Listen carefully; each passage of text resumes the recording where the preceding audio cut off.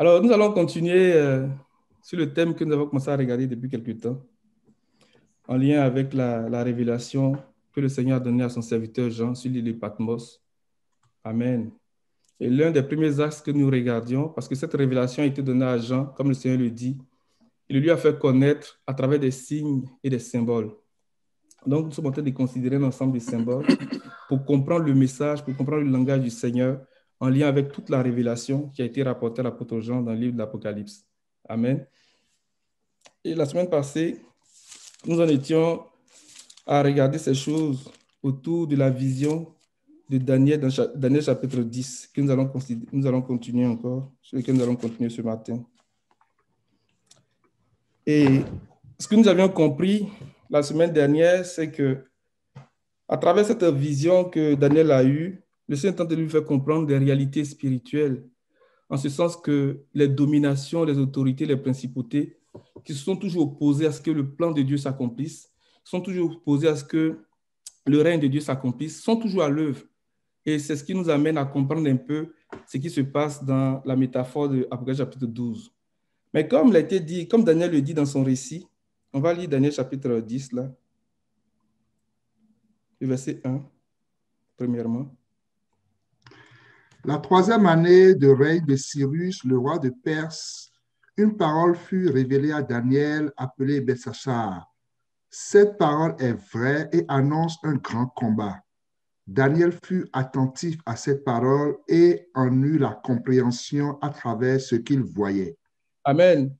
Donc, le dernier bout du verset 1 dit que Daniel a été d'abord attentif à cette parole, laquelle lui a été annoncée à partir du verset 11 jusqu'à la fin du chapitre 12, parce que ces trois chapitres doivent être pris ensemble.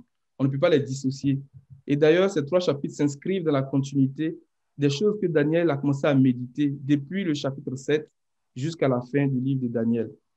Donc, Daniel a été attentif à ce qui lui a été dit, mais la beauté de la chose, c'est que il dit qu'il a été attentif à cette parole et en eut la compréhension à travers ce qu'il voyait. Donc, c'est à travers ce qu'il voyait qu'il a eu la compréhension de cette parole. Parce que la parole qui avait été annoncée à Daniel concernait des événements des temps de la fin, concernait l'époque de la fin. Et ce n'est pas évident, les aspects eschatologiques, de les saisir, de les comprendre. Donc, le Seigneur va venir à nous à travers des visions, à travers des songes, en utilisant un ensemble de symboles, un ensemble de signes, pour nous permettre de saisir un peu. Donc, si nous rentrons dans les aspects eschatologiques comme ça, sans considérer la symbolique qui en réalité est le langage que le Seigneur utilise, ça va être difficile pour nous de saisir la portée, bien le sens réel de ce qu'il veut nous enseigner, et même de nous égarer. C'est pour ça que nous aussi, nous allons nous inscrire dans cette même démarche-là, en considérant la symbolique qui est utilisée dans cette vision pour saisir la pensée du Seigneur et aller chercher les leçons qui s'appliquent. Amen. Donc, verset 2. À cette époque-là, moi, Daniel, j'ai été 3 semaines dans le deuil. Je n'ai mangé aucune nourriture raffinée. Il n'est entré ni viande ni vin dans ma bouche et je ne me suis pas parfumé jusqu'à la fin des 3 semaines. Vas-y, jusqu'au verset 10. Le 24e jour du premier mois, j'étais au bord du grand fleuve, c'est-à-dire le Tigre. J'ai levé les yeux et j'ai vu un homme habillé de lait. Il avait autour de la taille une ceinture en or du phase. Son corps était comme du chrysolite, son visage brillait comme l'éclair, ses yeux étaient pareils à des flammes de feu, ses bras et ses pieds ressemblaient à du bronze poli et le son de sa voix était pareil au bruit d'une grande foule. Moi, Daniel, j'ai été le seul à voir cette apparition. Les hommes qui étaient avec moi ne l'ont pas vu, mais une grande frayeur s'est emparée d'eux et ils ont pris la fuite pour se cacher. Resté seul, j'ai vu cette grande apparition et me suis retrouvé sans force. Mes traits se sont décomposés et j'ai perdu toute force. J'ai entendu le son de ces paroles et en l'entendant, je suis tombé dans une profonde torpeur, le visage contre terre. Verset 10. Mais une main m'a touché et m'a mis tout tremblant sur mes genoux et les paumes de mes mains. Alléluia. Que le Seigneur nous touche ce matin, comme il a touché Daniel, et qu'il nous fasse tenir debout sur nos jambes ce matin au nom de Jésus. Dans le verset 7, Daniel dit que ce qu'il a vu, il dit que c'est une apparition. Il dit, moi, Daniel, j'ai été le seul à voir cette apparition. Il dit, c'est une apparition. Alléluia. Alors, nous allons considérer cet élément-là et essayer de comprendre ce que Daniel a vu à partir du verset 4. Le 24e jour du premier mois, j'étais au bord du grand fleuve, c'est-à-dire le Tigre. Le Tigre est l'un des fleuves qui coule à l'est du pays d'Assyrie. Quand on se réfère au passage de Genèse chapitre 2, ce fleuve qui sortait d'Éden, qui arrosait le jardin, qui se divisait en 4 bras, dont le 3e bras du fleuve s'appelait le Tigre. Et la Bible dit que ce fleuve-là coule à l'est de la Syrie. Ça, c'est un élément que nous devons garder.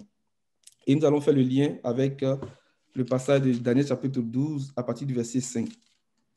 Mais par la suite, il dit, j'ai levé les yeux et j'ai vu un homme habillé de lin. Ça, c'est un élément qu'on va considérer aussi, mais pas tout de suite. Il dit, il avait autour de la taille une ceinture d'or d'Uphaz. Son corps était comme de chrysolite. Son visage brillait comme l'éclair. Ses yeux étaient pareils à des flammes de feu. Ses bras et ses pieds ressemblaient à du bronze poli. Et le son de sa voix était pareil au bruit d'une grande foule. L'un des éléments qui tout de suite vient nous chercher en termes de symbolique, tout ça, ce sont des symboles. Le lin, la ceinture sont des symboles. Mais l'un des éléments que je veux que nous considérons avant de progresser, c'est le chrysolite. Quand il dit que son visage et son corps, étaient comme de chrysolite.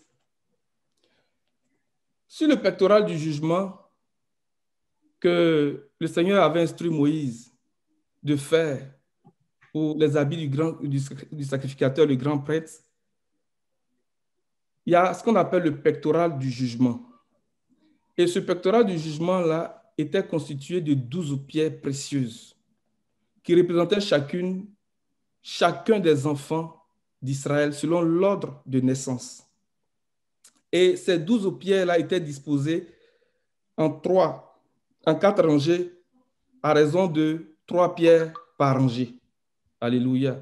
Donc, on va regarder ça et nous allons situer la pierre qui était la pierre de chrysolite pour voir à quel enfant de Jacob cette pierre correspondait et aller chercher la signification de cette pierre-là. Alléluia. Donc, dans Exode 28, à partir du verset 15, frère, amen, on va le lire de manière synchronisée pour que j'explique un peu, ou bien que je donne des définitions des pierres précieuses là, pour aller chercher l'enseignement qui nous est rapporté au sujet de la pierre de chrysolite. À partir du verset 15, vas-y mon frère.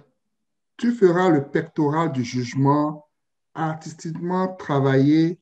Tu le feras du même travail que l'éphod. Tu le feras d'or, de fil bleu, pourpre et cramoisi et de fin lin retors. Il sera carré et double. Sa longueur sera d'un empan et sa largeur d'un empan. Tu y enchâsseras une garniture de pierre, 4 rangées de pierres. Première rangée, une sardoine. Amen. Donc, la première rangée représente Ruben. Et Ruben, qui veut dire « voici un fils ». Amen. Ça, c'est la première rangée. Et la première pierre de la première rangée. Vas-y, mon frère. Première rangée, une sardoine, une topaze, une émeraude. Seconde rangée. Attends un peu. Donc, la deuxième pierre, la topaze, qui représente Siméon. Siméon qui veut dire écouter. La troisième pierre, qui est l'émeraude. L'émeraude, c'est le troisième fils, on va dire qu'il représente le troisième fils de Jacob. Donc, Lévi. Lévi qui veut dire attaché. Alléluia. Donc, on va à la deuxième rangée. Seconde rangée, une escarboucle, un saphir, un diamant. Alléluia. Donc, la première pierre de la deuxième rangée, qui est le 4e enfant de Jacob, donc Judas. Judas qui signifie louange, donc l'escarboucle. La deuxième pierre de la deuxième rangée, qui est le saphir, donc qui représente Dan, donc qui veut dire juge. Et la troisième pierre de la deuxième rangée, qui est le diamant, qui représente Nephtali. Nephtali qui veut dire lutter ou vaincre. Alléluia. Troisième rangée, une opale, une agate, une améthyste. Alléluia. Donc, la troisième rangée, la première pierre de la troisième rangée, c'est l'opale. Donc, le septième enfant de Jacob, qui représente Gad. Gad qui veut dire quel bonheur. Et la deuxième pierre de la troisième rangée, l'agate, qui représente Azer. Azer qui veut dire heureux ou bien béni. Et la troisième pierre de cette rangée, c'est-à-dire la troisième rangée, c'est la pierre d'améthyste. Donc, il représente Issachar. Issachar qui veut dire salaire. Alléluia. Quatrième rangée, une chrysolite, un onyx, un jasme. Alléluia. Donc, nous nous situons maintenant à la quatrième rangée. Donc, la première pierre de la quatrième rangée qui représente Zabulon. Zabulon qui veut dire habiter. Parce que lorsque Rachel et puis Léa ont commencé à se disputer, en tout cas au sujet de Jacob, quand Zabulon est né, Rachel a dit, cette fois-ci, mon mari habitera avec moi. Alléluia. C'est pour ça qu'elle a donné le nom de Zabulon. Donc, Zabulon qui veut dire habiter. Et donc, la deuxième pierre de la quatrième rangée, qui est la pierre d'onyx, qui représente Joseph. Joseph qui veut dire ajouter. C'est ce que Rachel a dit lorsqu'il est né. Et la dernière pierre de l'ensemble de ces pierres qui est dans la quatrième rangée, donc la pierre de jaspe, qui représente Benjamin, qui veut dire le fils de ma droite. Amen. Alors, nous avons cette définition-là de la pierre de chrysolite qui traduit qui veut dire habiter. Parce que Léa a dit, cette fois-ci, mon mari habitera avec moi. Mais habiter, si on le considère comme ça n'évoque pas grand-chose encore pour nous. Mais lorsque nous l'associons avec ce que le Seigneur a dit à Moïse dans Exode 25,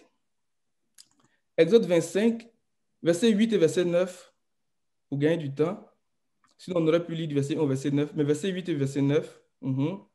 Ils me feront un sanctuaire et j'habiterai au milieu d'eux. Vous ferez le tabernacle et tous ses ustensiles d'après le modèle que je vais te montrer. Alléluia. Donc, Zabulon qui veut dire habiter. Et quand on l'associe à ce verset, ils me feront un sanctuaire et j'habiterai au milieu d'eux. Donc, la pierre de chrysolite ici fait référence au tabernacle, fait référence au sanctuaire que le Seigneur a demandé à Israël de bâtir pour qu'ils viennent au milieu d'eux. Alléluia. Donc, quand nous prenons ces éléments et puis nous venons dans cette vision de Daniel, dans le chapitre 10, quand il commence à parler de cette apparition, il dit que son corps était de chrysolite. Alléluia. Donc, il fait référence à l'habitation de Dieu. Il fait référence au sanctuaire de Dieu. Donc, il voit une apparition dans le sanctuaire de Dieu. Donc, le Seigneur apparaît dans son temple. Il apparaît dans son sanctuaire. Alléluia. Mais ce langage ici n'est pas un langage qu'il faut voir de manière physique. C'est un langage qui est spirituel. Parce que nous sommes une habitation de Dieu en esprit. Donc, il dit que le Seigneur apparaît dans son sanctuaire. Le Seigneur apparaît dans son temple. Amen. Quand on progresse, il dit son visage brillait comme l'éclair. Le verset 6 toujours. Son visage...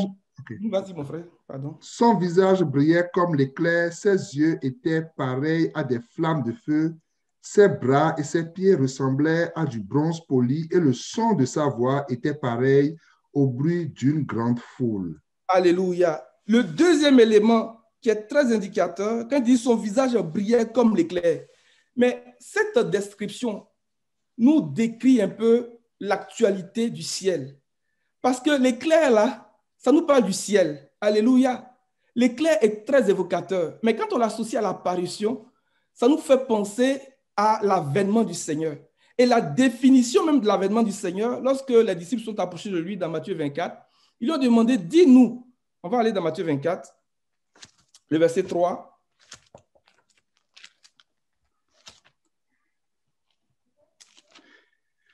Il s'assit sur la montagne des Oliviers et les disciples vinrent en particulier lui faire cette question. Dis-nous, quand cela arrivera-t-il et quel sera le signe de ton avènement et de la fin du monde? Alléluia. Il dit, quel sera le signe de ton avènement et de la fin du monde? Regardez le verset 27 du même Matthieu 24. Car comme l'éclair part de l'Orient et se montre jusqu'en Occident, ainsi sera l'avènement du Fils de l'homme. Donc, l'avènement du Fils de l'homme est représenté par l'éclair, ou bien il associe ça à l'apparition de l'éclair qui traverse le ciel d'une extrémité à l'autre. Donc, de l'est à l'ouest. Alléluia. De l'est à l'ouest. Donc, cette apparition associée au visage du Seigneur qui était comme l'éclair, dans ce que Daniel a vu, nous fait penser, mais nous parle de l'apparition du Seigneur, nous parle de l'avènement du Seigneur. Alléluia. Mais cet avènement est associé à un certain nombre d'événements, un certain nombre de choses qui vont se passer. Donc, continue un peu dans Matthieu 24. En quelque lieu que soit le cadavre, là s'assembleront les aigles. Aussitôt après ces jours de détresse, le soleil s'obscurcira, la lune ne donnera plus sa lumière, les étoiles tomberont du ciel et les puissances des cieux seront ébranlées. Amen, on s'attrape l'instant. Donc, il parle d'un mouvement de rassemblement. Mais quand on parle de rassemblement ici, c'est dans le langage spirituel. Parce qu'il dit que là où sera le corps, là vont s'assembler les aigles. Donc, le Seigneur est en train de parler de la nourriture, parce que les aigles s'assemblent pour manger. Donc, la nourriture du Seigneur va être disponible. Et ceux qui auront été perspicaces, ceux qui seront perspicaces, vont comprendre ce qui se passe. Donc, il y a un mouvement qui est en train de se passer, où le Seigneur est en train de rassembler. Donc, un mouvement de rassemblement. Mais d'où à où? Donc, des gens qui sortent de l'Est pour aller vers l'Ouest. Parce qu'on suit le mouvement de la nuée, on suit le chemin de l'éclair. L'éclair part de l'Est vers l'Ouest. Alléluia. Donc, on sort de l'Est, donc de la confusion de Babylone, des systèmes dénominationnels, et on se rassemble dans le corps. Alléluia. On va à la rencontre du Seigneur. Et il dit aussi qu'il y aura des jours de détresse. Et là, il commence à parler de ce qui va se passer dans le ciel. Il dit aussitôt, après ces jours de détresse, le soleil s'obscurcira, la lune. Mais quand on parle de ces symboliques-là, la Bible dit que le Seigneur a donné des luminaires. Il est en train de parler des luminaires. Quand le ciel va s'assombrir, mais comment on peut comprendre le fait que le ciel va s'assombrir? C'est ce que dans le chapitre 8, il dit qu'il a jeté une partie des étoiles du ciel par terre. Donc, il est en train de préciser sa pensée. Il est en train de nous révéler encore plus sa pensée pour que nous comprenions ce qui va se passer. Donc, on va regarder un peu les luminaires, les étoiles, donc les ministères, les serviteurs de Dieu. Quand on parle des luminaires, là, Daniel nous dit dans la fin du chapitre 12 là, que c'est ceux qui auront enseigné la justice. Donc la justice va être pour nous comme un signe. Parce que les luminaires ont été donnés, ont été placés dans l'étendue du ciel pour marquer les temps, pour marquer les époques, pour marquer les jours, les années, pour éclairer la terre, pour présider à la terre.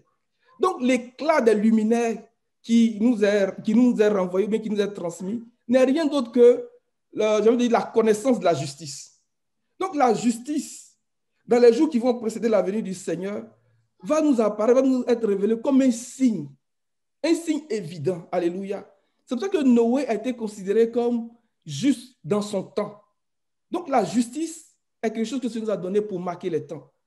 Et lorsque l'enseignement de la justice va être de plus en plus clair, va être de plus en plus abondant, il faudrait que nous comprenions que le Seigneur est proche. On va revenir, on va faire des liens tout à l'heure avec le verset 29. Mais le verset 30, vas-y mon frère. Alors, le signe du Fils de l'homme paraîtra dans le ciel. Toutes les tribus de la terre se lamenteront et elles verront le Fils de l'homme venant sur les nuées du ciel avec puissance et une grande gloire. Alléluia. C'est la même idée, c'est le même esprit que le verset 27. Mais regardez le verset 30 et 31, pardon. Le verset 31 peut être associé au verset 28, qui dit « En quelques lieux que soit le cadavre, là s'assembleront aussi les aigles. » Mais ils vont s'assembler comment? C'est ça que l'entrée dit ici, verset 31.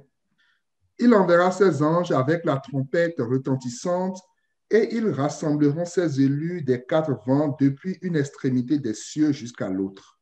Alléluia. Donc, il parle de la puissance de la parole prophétique qui va être mise en avant pour rassembler son corps.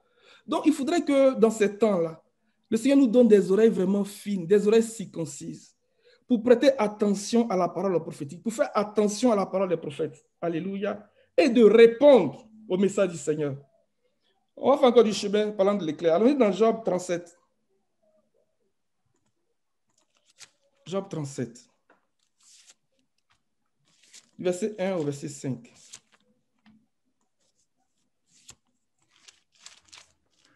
Mon cœur est tout tremblant, il bondit hors de sa place.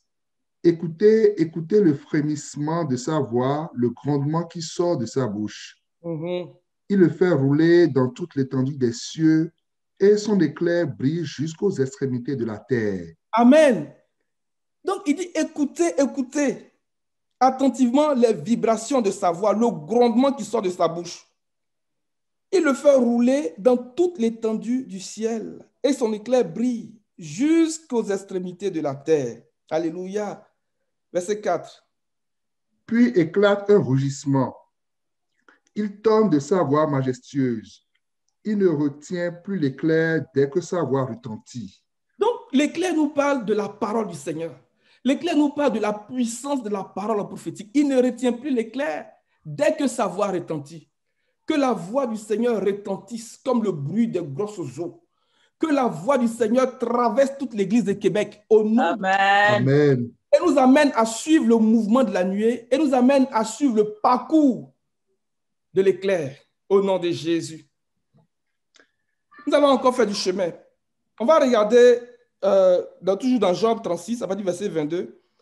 Vas-y vas-y dans la version second 21 pour nous donner un peu encore plus d'évidence ce qui se comprend et ce qui se passe au niveau de l'actualité du ciel. Job 36. À partir du verset 22 jusqu'à la fin, qui rejoint toujours la même idée de l'éclair et de la parole du Seigneur. Dieu se montre d'une force inaccessible. Qui peut enseigner comme lui? Qui peut lui prescrire la conduite à tenir? Qui peut lui dire, tu as commis une injustice? Souviens-toi de célébrer la grandeur de son activité. Les hommes l'ont chanté. C'est que tous les êtres humains peuvent la contempler, chacun la voit de loin. Verset 26. La grandeur de Dieu dépasse ce que nous pouvons connaître. Le nombre de ses années est incalculable. Il attire les gouttes d'eau qui s'évaporent et retombent en pluie. Les nuages la laissent couler. Il la déverse avec abondance sur les hommes. Qui donc comprendra le déploiement des nuages, le fracas de sa tente? Alléluia. Il dit, qui donc comprendra le déploiement des nuages? Il nous faut comprendre le déploiement des nuages. Alléluia. Il nous faut comprendre le mouvement de la nuée et le fracas de sa tente. Continue, mon frère. Donc, Verset 30. Il déploie autour de lui sa lumière et il recouvre les profondeurs de la mer. C'est ainsi qu'il juge les peuples et donne la nourriture avec abondance. Il cache dans ses mains des éclairs auxquels il fixe une cible. Alléluia. Il s'annonce par son tonnerre et même le bétail presse son approche. Alléluia. Regardez bien le verset 32. Il cache dans sa main des éclairs auxquels il fixe une cible. Alléluia. Il s'annonce par son tonnerre et même le bétail pressant son approche. Le Seigneur, en apparaissant à Daniel dans cette vision, est en train d'annoncer son approche, est en train d'annoncer son avènement. Alléluia. Lorsque nous considérons le détail qui fait mention de l'aspect de son visage qui brillait comme l'éclair, il y a beaucoup de choses à dire là-dessus, mais que le Seigneur lui-même libère les éclairs qui sont dans sa main droite et qu'il fixe des cibles pour foudroyer tout ce qui arrache des cris, tout ce qui arrache des gémissements, des douleurs à son corps qui est l'Église, au nom de Jésus, pour enlever tous les scandales, pour enlever les principautés. Il fixe une cible, alléluia, pour détruire les puissances des principautés, au nom de Jésus. Et nous voyons, en tout cas de manière implicite, qu'avec le détail qui nous est rapporté au sujet de l'éclair, nous faisons le lien très étroit avec le son de sa voix, la parole prophétique. Et je crois que dans la progression, on pourra encore considérer certains éléments. Amen. Il dit, ses yeux étaient pareils à des flammes de feu, ses bras et ses pieds ressemblaient à du bronze poli, et sa voix était pareille au bruit d'une grande foule. Le bronze, le feu, ça nous parle du jugement, ça nous parle de la colère. Et le bronze est le métal qui a la capacité de résister au feu. Il dit que ses pieds étaient comme du bronze poli. Que le Seigneur nous donne d'avoir des pieds de bronze. Parce que c'est l'expression de la puissance que le Seigneur nous donne pour fouler toute la puissance des démons, pour fouler toute la puissance des dominations. C'est la puissance que le Seigneur nous donne pour résister à l'épreuve. Le Seigneur dit d'Israël que pendant 40 années dans le désert, tes pieds ne sont pas enflés, tes vêtements ne sont pas déchirés. Alléluia. Il faudrait que nous nous posions la question de savoir, mais qu'est-ce qui s'est passé pour que ça soit possible? Que le Seigneur donne des pieds de bronze. Et les bronzes servaient de base aux colonnes des toiles du parvis. Dans le désert, là, il y a des intempéries vraiment terribles. Il y a du vent, il y a des pluies, de fortes pluies, des fois, de forts vents. Mais le tabernacle était quelque chose que le peuple d'Israël démontait et puis transportait. C'était une tente qu'on transportait, qu'on démontait. Et quand on regarde la description, il y avait des bases d'airain, donc pour parler du parvis, et des bases d'argent pour parler du lieu saint. Et les cordages, ce n'étaient pas des cordes de fer, hein. On parle des tringles en argent. Alléluia. On parle des toiles du parvis. Mais qu'est-ce qui a fait que cette tente-là a résisté à l'épreuve de toutes ces intempéries? C'est la présence de la nuée. C'était la présence de la nuée. Parce que la nuée est la puissance que Dieu a déployée au-dessus d'Israël durant tout son parcours, depuis l'Égypte jusqu'au pays promis, jusqu'à la terre promise. Et la présence de la nuée abritait le peuple, abritait le tabernacle et assurait la solidité de ce tabernacle-là. Et donnait au peuple la sécurité, donnait au peuple la santé, donnait au peuple toute la provision spirituelle, toute la provision matérielle qui était nécessaire jusqu'à ce qu'il rentre dans le pays. Que le Seigneur déploie cette même puissance-là sur l'Église de Québec. Et cette puissance pour nous aujourd'hui, c'est l'Évangile. L'Évangile est la puissance de Dieu que le Seigneur déploie sur nous comme la nuée. L'Évangile est la puissance de Dieu qui est sur nous comme la nuée. Et le Saint-Esprit vient sur nous, alléluia, dans toute sa force, pour nous communiquer la vie de Dieu, pour nous communiquer les enseignements de Dieu, pour nous communiquer la nature de Dieu, son caractère. Le bronze. Mais nous allons y revenir aussi, parce que le temps est en train de courir là. Regardons maintenant l'aspect, l'habillement de cet homme-là, qui est très évocateur. Il dit au verset 5, « J'ai levé les yeux et j'ai vu un homme habillé de lin. Il avait autour de la taille une ceinture en or du phase. » Ce détail est très précis. Allons-y dans Ézéchiel chapitre 9.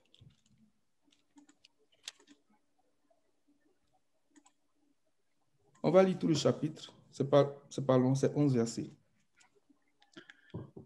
Puis il cria d'une voix forte à mes oreilles. Approchez, vous qui devez châtier la ville, chacun son instrument de destruction à la main. Et voici 6 hommes arrivaient par le chemin de la porte supérieure du côté du septentrion, chacun son instrument de destruction à la main. Il y avait au milieu d'eux un homme vêtu de lin et portant une écritoire à la ceinture. Alléluia. Il y avait au milieu d'eux un homme habillé de lin qui portait du matériel de scribe à la ceinture. Continue, mon frère. Il vint se placer auprès de l'autel d'airain. La gloire du Dieu d'Israël s'éleva du chérubin sur lequel elle était et se dirigea vers le seuil de la maison. Et il appela l'homme vêtu de lin et portant une écritoire à la ceinture. L'Éternel lui dit, « Passe au milieu de la ville, au milieu de Jérusalem, et fais une marque sur le front des hommes qui soupirent et qui gémissent à cause de toutes les abominations qui s'y commettent. » Et à mes oreilles, il dit aux autres, « Passez après lui dans la ville et frappez. Que votre œil soit sans pitié et n'ayez point de miséricorde. Tuez, détruisez les vieillards, les jeunes hommes, les vierges, les enfants et les femmes, Mais n'approchez pas de quiconque aura sur lui la marque, Mm. et commencez par mon sanctuaire. Mm. Il commençait par les anciens qui étaient devant la maison. Il leur dit, souillez la maison et remplissez de morts les parvis. Sortez. Il sortit et il frappait dans la ville. Comme il frappait et que je restais encore, je tombais sur ma face et je m'écriai, ah, Seigneur éternel, détruiras-tu tout ce qui reste d'Israël en répandant ta fureur sur Jérusalem? Il me répondit, l'iniquité de la maison d'Israël et de Juda est grande, excessive, le pays est rempli de meurtres, la ville est pleine d'injustice, car ils disent, l'Éternel a abandonné le pays, l'Éternel ne voit rien. Moi aussi, je serai sans pitié et je n'aurai point de miséricorde. Je ferai retomber leurs œufs sur leur tête. Et voici, l'homme vêtu de lin et portant une écritoire à la ceinture rendit cette réponse. J'ai fait ce que tu m'as ordonné. Alléluia. Amen. Que l'homme habillé de lin passe dans l'église de Québec et fasse une marque sur le front de chacun de nous. Parce que nous avons le cœur désolé de voir les horreurs, les abominations qui se commettent dans tout ce qui se réclame de lui. Alléluia. Et l'apôtre Pierre, qui a la compréhension de ces choses, nous dit dans 1 Pierre 4, verset 17, il dit que c'est le moment où le jugement commence. Et il commence dans la maison de Dieu. Parce que Daniel, dans cette vision, il a dit que son corps était de chrysolite. Et nous avons compris que le chrysolite faisait référence au sanctuaire, faisait référence à la maison de Dieu. Et le contexte ici, dans ce passage de Ézéchiel 9 que nous avons lu, est la continuité, pour ne pas dire la conséquence de ce que le Seigneur avait révélé à Ézéchiel dans le chapitre 8. Le Seigneur avait révélé des abominations. Il avait révélé des horreurs qui se commettaient dans sa maison. Alléluia. Et cette même vision ici, ce récit de Ézéchiel chapitre 9, s'inscrit toujours dans cette vision que Daniel a eue, du chapitre 1 au chapitre 11. La vision de Daniel, là, qui commence au chapitre 1, se termine au chapitre 11. Donc, lorsque nous considérons ces 11 premiers chapitres-là, il faut les considérer dans leur ensemble, du chapitre 1 au chapitre 11, pour avoir une idée bien précise de ce que le Seigneur est en train de montrer. Et ça nous montre aussi le mouvement de la nuée. Parce que la nuée est venue du nord. Et la nuée a suivi un parcours jusqu'à ce que la nuée quitte le temple de Jérusalem. Alléluia. De même que le Seigneur est venu dans les jours de sa chair et il a fait son ministère terrestre jusqu'à ce qu'il soit enlevé vers Dieu, vers son trône. Alléluia, sur la montagne des Oliviers. Cette vision d'Ézéchiel, là, nous retrace un peu ce parcours-là. Et c'est dans cette vision aussi que nous trouvons ce texte, qui est la conséquence de tout ce que le Seigneur avait révélé à Daniel et à Ézéchiel dans le chapitre 8. Il y avait de l'abomination dans le temple de Dieu. Il y avait de l'idolâtrie, de la magie, de la divination. Il y avait des choses horribles qui se commettaient. Alléluia. Et donc, le Seigneur exerce son jugement sur ce peuple-là. Et il dit qu'il est venu pour détruire la ville. Quand on va à Ézéchiel 43, verset 1 au verset 3, il reprend cet épisode-là et puis il dit que ce que nous avons lu ici dans le chapitre 9, là, en réalité, c'est le jugement de Dieu qui est venu s'abattre sur la ville. Il est venu pour détruire la ville. Vas-y, mon frère. Il m'a conduit à l'entrée à celle qui était orientée à l'est. J'ai vu la gloire du Dieu d'Israël venir depuis l'est. Sa voix était pareille au bruit des grandes eaux et la terre remplissait de sa gloire. Cette apparition était semblable à celle que j'avais vue lorsque j'étais venu pour détruire la ville. Elle ressemblait à la vision que j'avais eue près du fleuve Kébar. Alors je suis tombé le visage contre terre. Alléluia. Il dit que cette apparition était semblable à celle que j'avais eue lorsque j'étais venu pour détruire la ville. Elle ressemblait à la vision que j'avais eue près du fleuve Kébar. Alors, la vision a commencé depuis le chapitre 1 jusqu'au chapitre 11. Et le chapitre 9 s'inscrit dans cette vision-là et parle du jugement de Dieu qui va s'abattre sur la ville. Alléluia.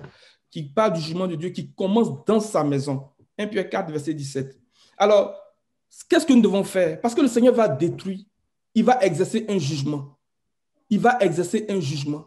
Alors, qu'est-ce que nous devons faire? On va lire 1 Pierre 4, verset 17. Et puis, on va aller dans Genèse chapitre 19 pour comprendre ce que nous devons faire. Car c'est le moment où le jugement va commencer par la maison de Dieu.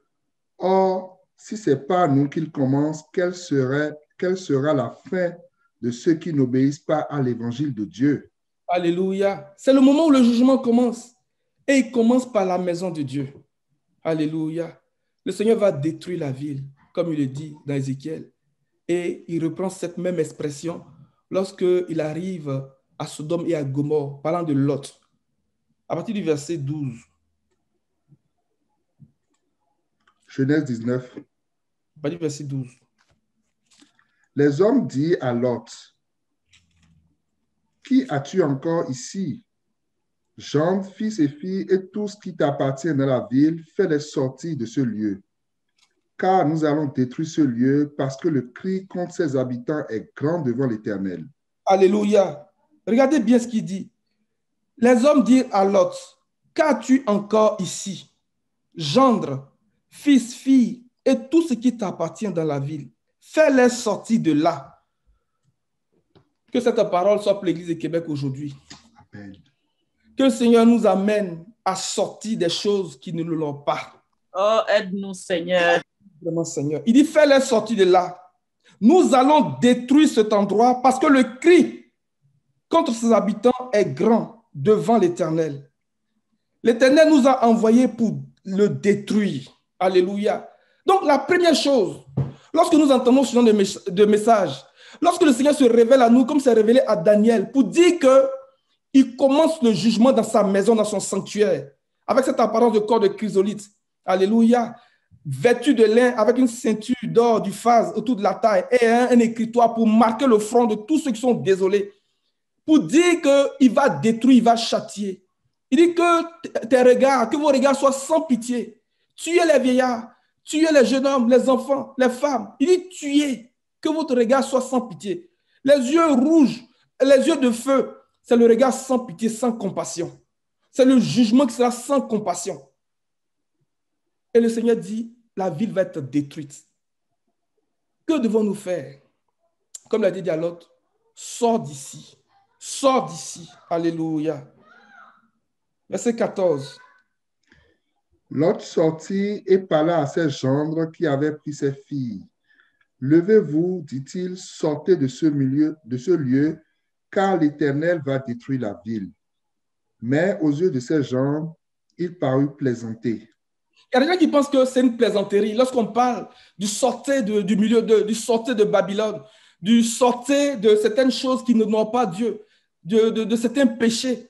Alléluia. Parce que plus tard, on verra aussi que sortir de Babylone, ce n'est pas seulement le système de dénomination, mais c'est aussi de se séparer de tout ce qui souille notre corps et notre esprit. Donc, de sortir de certains vices, de certains péchés. Les gens pensent que c'est de la plaisanterie. Les gendres pensaient qu'ils plaisantaient. Continue. Dès l'aube du jour, les anges insistèrent auprès de Lot en disant, « Lève-toi, prends ta femme et tes 2 filles qui se trouvent ici, de peur que tu ne périsses dans la ruine de la ville. » Et comme il tardait, les hommes le saisirent par la main, lui, sa femme et ses 2 filles, car l'Éternel voulait l'épargner. Ils l'amenaient et le laissaient hors de la ville. Alléluia. Qu'il en soit ainsi pour ceux qui résident. Que le Seigneur ait pitié. À cause d'Abraham, alléluia, à cause de la foi d'un seul juste dans une famille, le Seigneur est capable de saisir des gens de force pour le faire sortir. Amen. Une fois que tu es sorti, la responsabilité te revient de considérer ce qui va être lui maintenant. Vas-y. Verset 17. Après les avoir fait sortir, l'un d'eux dit, « Sauve-toi pour ta vie, ne regarde pas derrière toi et ne t'arrête pas dans toute la plaine, sauve-toi vers la montagne de peur que tu ne périsses. » Alléluia. La montagne, le lieu de notre refuge. Dans ma version ici, il dit, réfugie-toi dans la montagne, sinon tu disparaîtras. Réfugie-toi dans la montagne, sinon tu disparaîtras. Le lieu de notre rédemption, le lieu de notre adoration. Ce matin, on a lu dans Ésaïe 25, à partir du verset 6, ce qui se passe sur la montagne. La montagne ici, là, c'est le rocher d'Israël. C'est le Seigneur lui-même. Alléluia. C'est le lieu de notre adoration. C'est le lieu de notre intimité avec le Seigneur. C'est le lieu de notre consécration. C'est le lieu de notre dévotion. Lorsque Abraham devait offrir Isaac en holocauste sur la montagne de Moria, il a dit à ses serviteurs, restez ici. Moi et le jeune homme, nous irons adorer. Oh, ceux qui adorent le Seigneur en esprit et en vérité, ce sont les véritables adorateurs que le Père recherche. Soyons de ceux qui adorent le Seigneur en esprit et en vérité. Pour dire, sortons de cette forme d'adoration-là qui n'est pas conforme à la vérité, qui n'est pas conforme à la justice, qui n'est pas conforme à la droiture, qui n'est pas conforme à l'esprit de sainteté. Sortons de cette forme d'adoration-là, loin de l'hypocrisie, loin de l'orgueil, loin des cagoules, loin de la fausseté, loin des égards à l'apparence. Mais cherchons le Seigneur en esprit et en vérité. Alléluia. Au nom de Jésus. Le Seigneur dit dans Isaïe qu'il habite dans les hauteurs. Amen.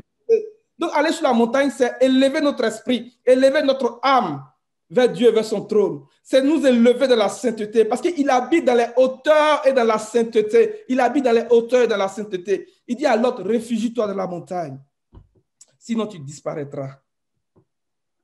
Continue, s'il te plaît, mon frère. Verset 18.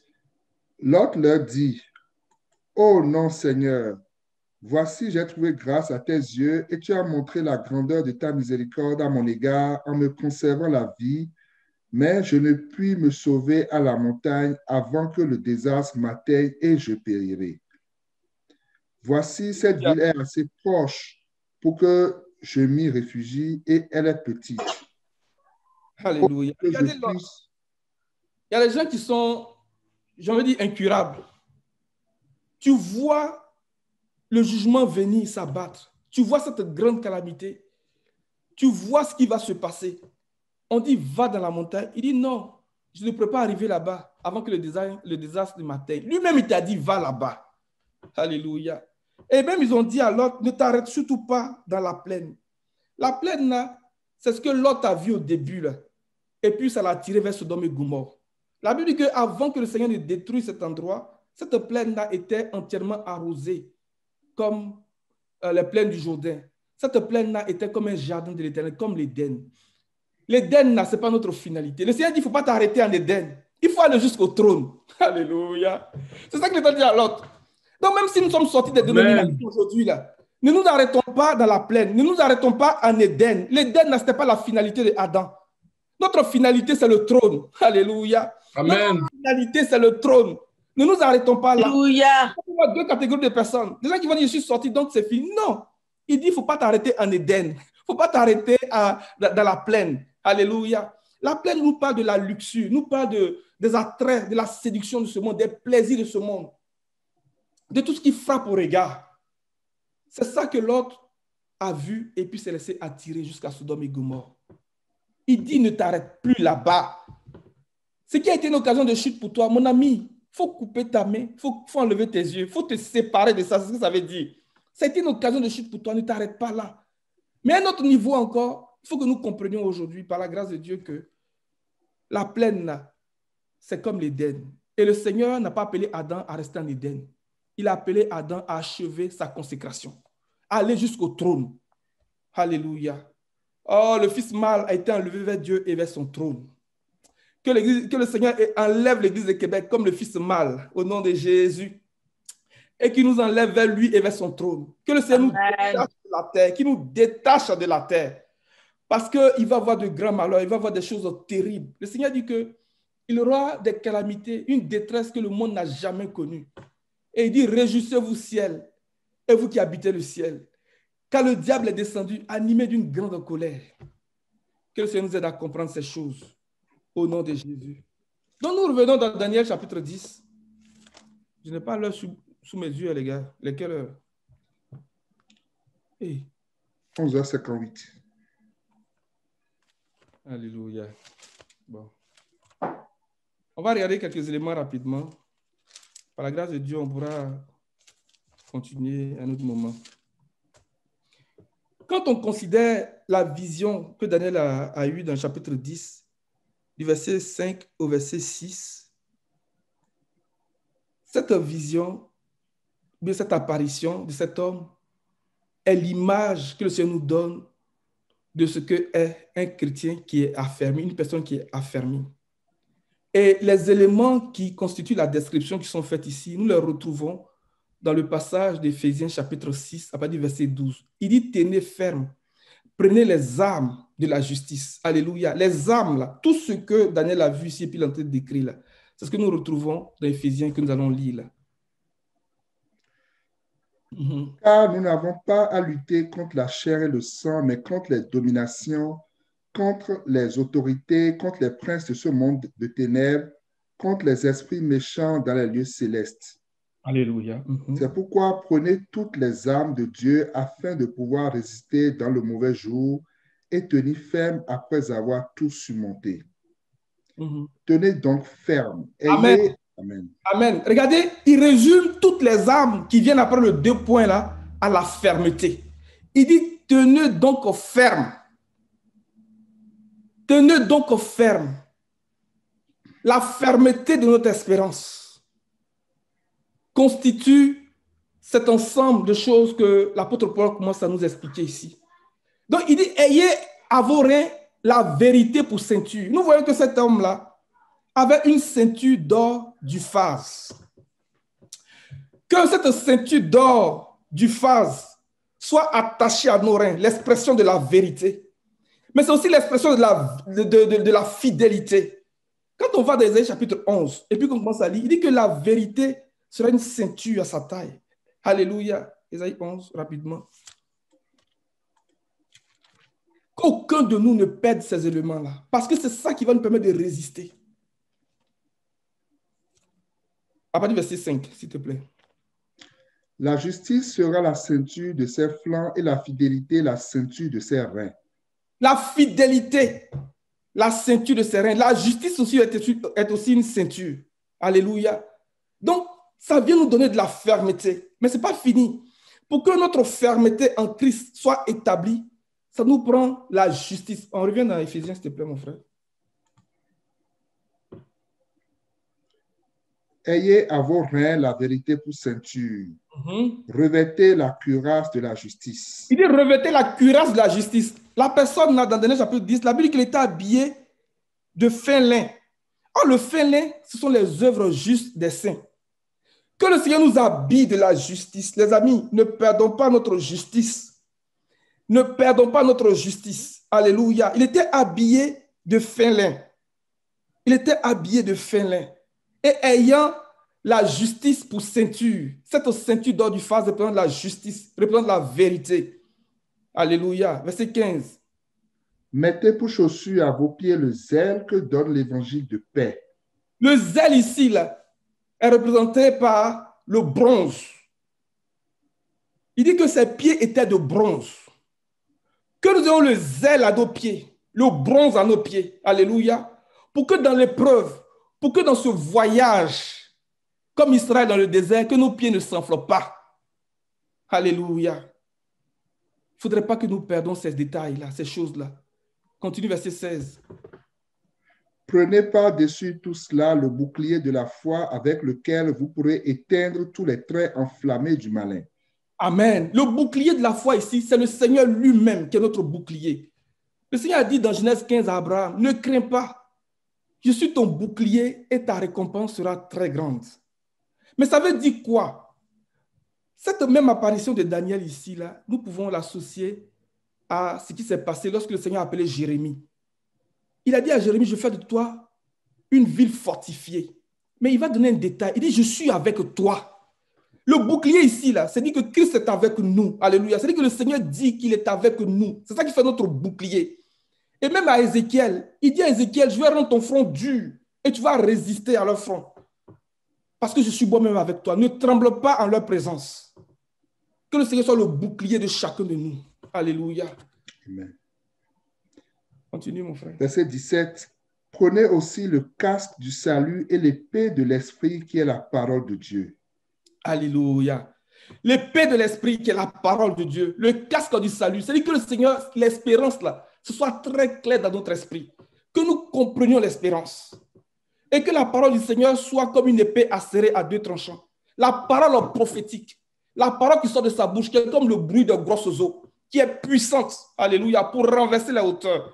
On fait le lien tout de suite avec... on finit d'abord le passage, s'il te plaît. Verset 18. Faites en tout temps par l'esprit toutes sortes de prières, de supplications. Veillez à cela avec une entière persévérance et priez pour tous les saints. Que le Seigneur nous bénisse. Daniel est resté là en prière pendant 21 jours, jusqu'à ce qu'il obtienne la victoire. Que ces choses-là nous animent, que ces choses-là nous caractérisent. 2 Corinthiens 10. verset 3, verset 4, verset 5. Si nous marchons dans la chair, nous ne combattons pas selon la chair, car les armes avec lesquelles nous combattons ne sont pas charnelles, mais sont puissantes par la vertu de Dieu pour renverser des forteresses. Continue. Nous renversons les raisonnements et toute hauteur qui s'élève contre la connaissance de Dieu et nous amenons toute pensée captive à l'obéissance de Christ. Alléluia. Donc, Éphésiens chapitre 6 qu'on a lu là, qui parle de ces armes-là. Donc, la fermeté, qui est un ensemble de toutes ces choses-là, doivent nous caractériser. Ce sont nos armes. Mais il dit que, viens dans 2 Corinthiens 10 là, s'il te plaît. Il dit que car les armes avec lesquelles nous combattons ne sont pas charnelles, mais elles sont puissantes par la vertu de Dieu, donc le Saint-Esprit, par le Saint-Esprit. C'est pour ça qu'il dit que faites en tout temps par l'esprit des prières. La vertu de Dieu, c'est le Saint-Esprit. Pour renverser les forteresses, nous renversons les raisonnements et toute hauteur qui s'élève contre la connaissance de Dieu et nous amenons toute pensée prisonnière captive à l'obéissance de Dieu. Mais ça veut dire quoi? Les forteresses, les hauteurs, les raisonnements. Nous comprenons à un premier niveau qu'on peut parler de l'incrédulité, des gens comme Lot. Non, je ne peux pas aller dans la montagne. Laisse-moi me réfugier ici. Et puis après, parti. Et puis après, tu es arrivé là, tu n'es plus parti, tu es resté là, jusqu'à des choses vont se passer. Alors, si nous regardons bien les armes qui ont été décrites dans Éphésiens chapitre 6, là, ça va venir recadrer un certain nombre de choses pour nous permettre de comprendre que ces armes sont vraiment importantes. Lorsque nous commençons à regarder très attentivement les lettres adressées aux 7 églises d'Asie, nous voyons que ce sont de ces choses-là que le Seigneur parle à chacune des églises. Quand il parle à l'église d'Éphèse, il dit que, à toutes les églises d'ailleurs, je connais tes œuvres. Alléluia. Il parle de notre justice. Il parle de notre fin lin. Il dit que tu as abandonné ton premier amour. Alléluia. Tu as abandonné l'amour de la parole. Tu as abandonné ton épée. L'épée de l'esprit qui est la parole de Dieu. Alléluia. Il vient à l'église de Smyrne. Il dit, sois fidèle. Donc, la ceinture à notre taille. La ceinture de la fidélité. La ceinture de la justice. Alléluia. Quand il parle à Smyrne, il dit que si tu ne te répands pas, je viendrai à toi et je te combattrai avec l'épée de ma bouche. Donc, nous voyons que l'épée de l'esprit qui a été fait mention dans Éphésiens chapitre 6, là, ressort ici. Et quand nous allons à Pérgame, quand nous allons à Thyatire, alléluia, il dit que tous ceux qui n'ont pas connu la profondeur de Satan, comme il les appelle, un peu comme ce qui a été décrit dans Ézéchiel chapitre 8.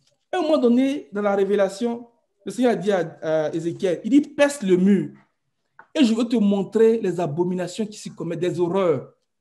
Et lorsque le Seigneur a ouvert les yeux d'Ézéchiel, la Bible dit qu'il a vu des reptiles qui étaient peints sur le mur et il a vu des anciens qui étaient là, qui adoraient ces choses-là. Ce sont les profondeurs de Satan. Ce sont les profondeurs de Satan. Mais qu'est-ce qu'il dit à l'église de Thyatire? Alléluia. Alléluia. Il parle aussi des œuvres. Donc, il parle de la justice, il parle de l'enseignement. Donc, le Seigneur invite les gens à garder ses enseignements, à s'attacher à ses enseignements. L'enseignement qui sort de sa bouche. Et même à partir du verset 23, quand il commence à parler du jugement contre l'église de Thyatire, il dit, je frapperai de mort ses enfants et toutes les églises reconnaîtront que je suis celui qui examine les cœurs et les reins. Et je traiterai chacun conformément à ses œuvres. À ceux qui, par la persévérance, à bien faire, alléluia, recherchent la gloire, l'honneur et l'immortalité, il donnera la vie éternelle. Alléluia. Il traitera chacun conformément à ses œuvres. Donc, les œuvres que le Seigneur veut voir de nous, c'est notre persévérance à bien faire. C'est notre persévérance à rechercher l'honneur, la gloire et l'immortalité. C'est notre justice. Et le couronnement de notre justice, c'est la vie éternelle. Que ces choses-là soient très claires dans notre esprit. Parce que, on va continuer à l'église de Sardes. Il dit qu'il y a des gens qui ont abandonné, qui ont souillé leurs vêtements. Donc, la justice, ils ont perdu leur justice. Mais il dit que ceux qui auront gardé leur justice marcheront avec lui en vêtements blancs quand ils en sont dignes. L'un des éléments aussi que l'apôtre Paul révèle dans Éphésiens chapitre 6 qu'on a lu tout à l'heure. Et à l'église de Philadelphie, je vais un peu vite, dernier bout de verset 8. Il dit, voici, j'ai mis devant toi une porte ouverte que personne ne peut refermer parce que tu as peu de puissance et que tu as gardé ma parole sans renier mon nom. Verset 10. Parce que tu as gardé mon ordre de persévérer. Il dit, tenez ferme. Tenez ferme. Alléluia. Donc, l'ordre de persévérer, c'est notre fermeté dans l'espérance. C'est notre fermeté dans la doctrine du Seigneur. Et ça fait partie des armes que nous devons avoir. Il va à l'église de Laodicée. Vers la fin, il dit, aie donc du zèle et répands-toi. Le zèle, donc les pieds de bronze. Alléluia. Ça, ce sont nos armes. Ce sont les choses que nous devons avoir. Et c'est à ces choses-là que l'ennemi va s'attaquer. Mais au moment où nous regardons ces choses plus en détail, nous commençons à comprendre c'est quoi les hauteurs, c'est quoi les raisonnements, c'est quoi ces puissances, ces forteresses-là, à travers ce qui est reproché à l'église d'Éphèse. Donc, l'enseignement de Balaam, alléluia. À l'église de Pérgame, Balaam, Éphèse, l'enseignement des Nicolaïtes. À l'église de Pérgame, l'enseignement de Balaam et des Nicolaïtes. À l'église de Thyatire, les enseignements de Jézabel. Et à l'église de Sardes, l'impureté, la mort spirituelle. Et à l'église de Laodicée, nous voyons que c'était une église qui n'était ni froide, ni bouillante, qui avait perdu son zèle, qui avait même enlevé ses habits. Que ça nous aide. Que ça nous aide. Et que le Seigneur saisisse nos pensées ce matin. Amen. Ces choses-là, qui d'apparence anodines, plus tard vont se révéler comme la bête qui sort de la terre. À la fin de l'âge, il y aura deux tendances. Ceux qui vont arriver à la pleine maturité, donc à l'image de la ressemblance de Christ, et ceux qui vont arriver à la maturité, qui vont ressembler trait pour trait à la bête lui-même. Et ça commence comme ça. Et c'est ça qui vient dresser l'abomination de la désolation. Et lorsque le Seigneur évoque ces choses, il dit, lorsque vous verrez ces choses être établies en lieu saint, que celui qui lit fasse attention. Mais ça a commencé comment? Ça a commencé parce que des étoiles sont tombées. Des étoiles sont détournées. Que le Seigneur nous donne de garder notre position dans le ciel. Que le Seigneur nous tienne tous serrés très fort dans sa main droite, la main de la justice. Alléluia. La main de la force, de la puissance. Et que chacun de nous soyons des étoiles, des luminaires pour briller, pour révéler la justice de Dieu et pour déloger le mystère de l'iniquité. Alléluia. Le midi passé, je vais m'arrêter là. Que le Seigneur nous bénisse. Amen. Jésus.